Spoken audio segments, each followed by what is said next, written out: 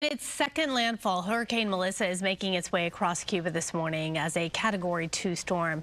Yesterday morning, it hit Jamaica as a Category 5 with winds of more than 185 miles an hour. So far, one death has been reported in Jamaica. In Haiti, 25 people are dead after a flood-swollen river burst its banks. Across the Caribbean, millions of people are without power as they assess the damage that Melissa has left behind.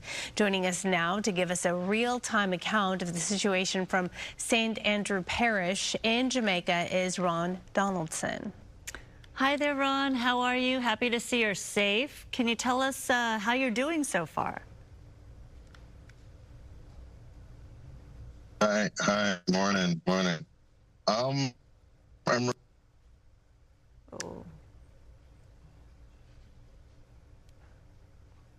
Unfortunately, connection is really tough, as you could imagine, with power outages all across Jamaica. And you saw right there, we kind of lost our connection to Ron Donaldson. At this point, we'll try to get back with him or somebody else who could tell us a little bit about a first-hand account of what it was like when Melissa made landfall in Jamaica. Let's go to Maria now with a look at our forecast and what they're dealing with over there as well. Yeah, this is what they're dealing with right now, as the center and the eye of Melissa has just finished moving across Jamaica and Cuba. It is still wreaking havoc across parts of the Caribbean. As you can see, the rain bands continue to rotate around the center of the storm system. Very powerful storm system. The good news, it has weakened over the last 6 hours, and now the winds are down to 100 miles an hour. Remember, it was a Category 5 hurricane moving across Jamaica with winds near 185 miles an hour. So it has weakened significantly. However, that being said, still capable of producing some very strong winds and definitely some flooding rains here. It is about 110 miles south-southeast of the central Bahamas. It's going to continue to pick up some speed here. It's moving at about 15 miles an hour, and it will clip a little bit faster, and it will weaken before it makes its way toward Bermuda. I don't know if you can see this little tiny island right here. That is Bermuda, and it is going to skirt just west of Bermuda with winds near 100 miles an hour. So it is expected to strengthen just a little bit and then head back down to near 100 miles an hour.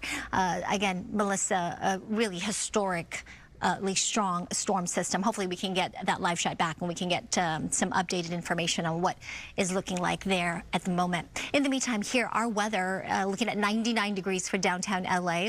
That's hotter than yesterday. Yesterday was a record high temperature, 97. So if we get anything really above 94 degrees, it will be a record high today. So extremely hot today. Heat-related illnesses certainly possible. So we do have those heat advisories that are still in effect through this evening. Our sunset time coming up at 6:03. Now it's going to cool down a little bit as we get to Friday and this upcoming weekend, close to average. But as we look at the long term, beyond Halloween, which is this Friday, is going to be milder. But looking at November, the first week in November, it looks like high pressure will build back, and we're going to look for continued above average high temperatures. This weekend, also remember, it is daylight saving time ending for a Saturday night. Before you go to bed, remember to set your clocks back 1 hour. This is the one where we actually gain that extra hour of sleep back from the spring time. And so we will look for the new sunrise time on Sunday at 6:16. That also means that the sun will set earlier in the afternoon, so it'll be before 5 p.m.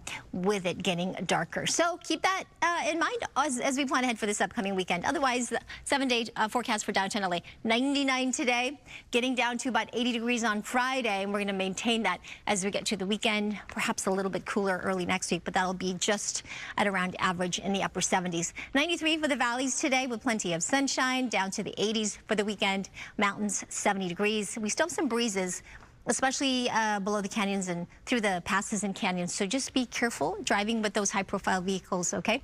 60s as we get to the weekend, and the high desert will be in the low 80s today with sunny skies. We're going to maintain that through the extended outlook. And as we take a look at the low desert, it will be warm, 98 degrees there. And even in Palm Springs, in the Coachella Valley, it will cool down to the low 90s as we get to the weekend and early next week. All right, there's my weather for now. Send it back to you. All right, Maria, thank you. So as we told you, Hurricane Melissa made history coming ashore in Jamaica as a Category 5 storm with 185 miles an hour winds. And yes, across the Caribbean, millions of people are now without power as they assess the damage Melissa left behind. Jeff Paul has the latest. Here is our home away from home as we shelter through the storm. Tens of thousands of people hunkered down in shelters across Jamaica Tuesday as Melissa broke records, making landfall as a Category 5 hurricane with wind gusts up to 185 miles per hour. Serious here, you know? While the worst of the storm spared the capital of Kingston, with Melissa washing ashore along the southwestern coast, much of the island felt its impact. The level of noise is ridiculous. Trees have really bended over and flew away, and some of our roof is currently off. Destructive winds ripping off roofs, downing trees, and knocking out power to more than 500,000 people. Our infrastructure has been severely compromised. St. Elizabeth is the breadbasket of the country, and that has taken a beating. Torrential rains and dangerous storm surge led to heavy flooding and landslides. Officials say several people became trapped, but rescues may not happen until conditions improve. For people in Jamaica, still very dangerous conditions across the island, a hurricane warning in effect. Melissa, which is now weakened, is heading towards eastern Cuba. Up to 20 inches of rain is forecast for parts of the island.